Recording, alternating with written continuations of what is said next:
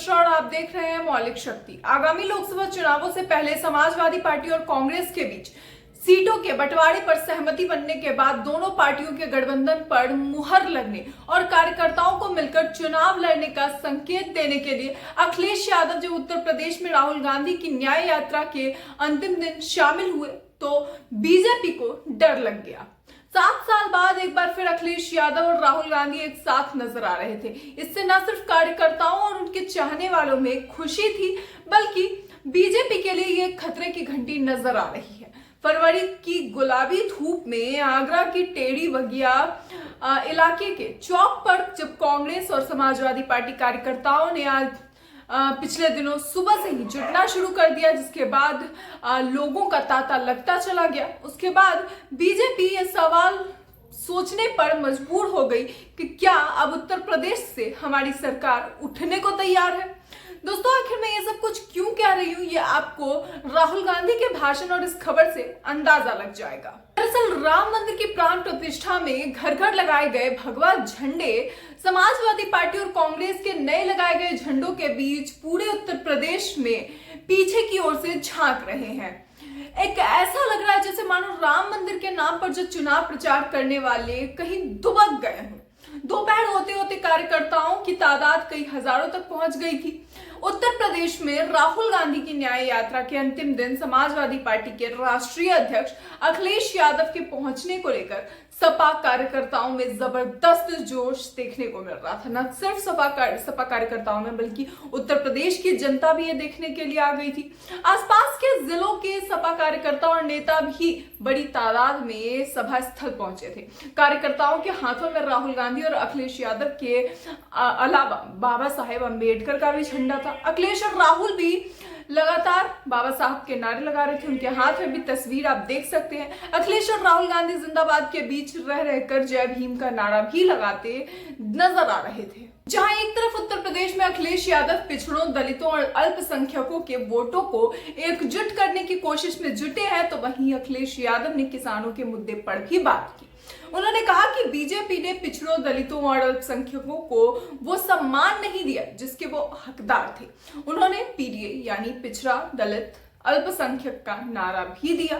जगह जगह ये नारे लगाए गए, जगह जगह विशाल बैनरों में लिखा गया था पीडीए ही इंडिया है। अखिलेश यादव ने मंच से बोलते हुए कहा, बाबा साहब के जिन सपनों को बीजेपी ने बर्बाद किया है उन्हें पूरा करने के लिए हम कसम खानी होगी। बीजेपी हटाओ, देश बचाओ। यानी कि अगर बाबा साहब के कानूनों को संभाल कर रखना है, उनके विचारों को संभाल कर रखना है, संविधान को संभाल कर रखना है, तो देश बचाओ, बीजेपी हटाओ का नारा लगाना होगा, ये अखिलेश यादव ने कहा। संकट मिटाओ। अखिलेश ने कहा कि आगरा मोहब्बत का शहर है। मुझे खुशी है कि यहाँ उन्होंने मोहब्बत की दुकान खोली है। यानी राहुल गांधी की बात करते हुए उन्होंने ये बात कही। मुझे उम्मीद है कि इंडिया ब्लॉक पीडीए की लड़ाई एक साथ मिलकर लड़ी जाएगी और हम बीजेपी को हरा देंगे। इसी बीच जुगलबंदी के दूसरे शख्स राहुल गांधी ने कहा कि देश में पिछड़ों, दलितों और अल्पसंख्यकों की आबादी 88% है। दोस्तों, आपको बता दूं कि जहां भी राहुल गांधी जा रहे हैं वो एक बार दलित पिछड़ों का हिसाब किताब उन्हें जरूर बता रहे हैं।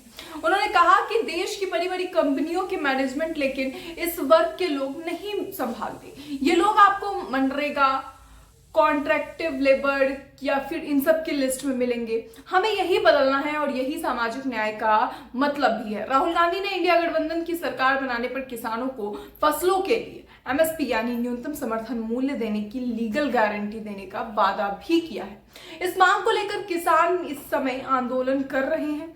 उत्तर प्रदेश में इस समय बेरोजगारी और प्रतियोगी परीक्षाओं में पेपर लीक युवाओं के लिए बड़ा मुद्दा है और इसी सब मुद्दे पर राहुल गांधी और अखिलेश यादव बात भी करते नजर आए। दोनों साथ में स्टेज पे थे। क्या सब कह रहे थे, सबसे पहले वो सुनिए दोस्तों। किसानों को सिर्फ एक चीज चाहिए। उन्होंने कहा है कि हमें लीगल एमएसपी दे दीजिए।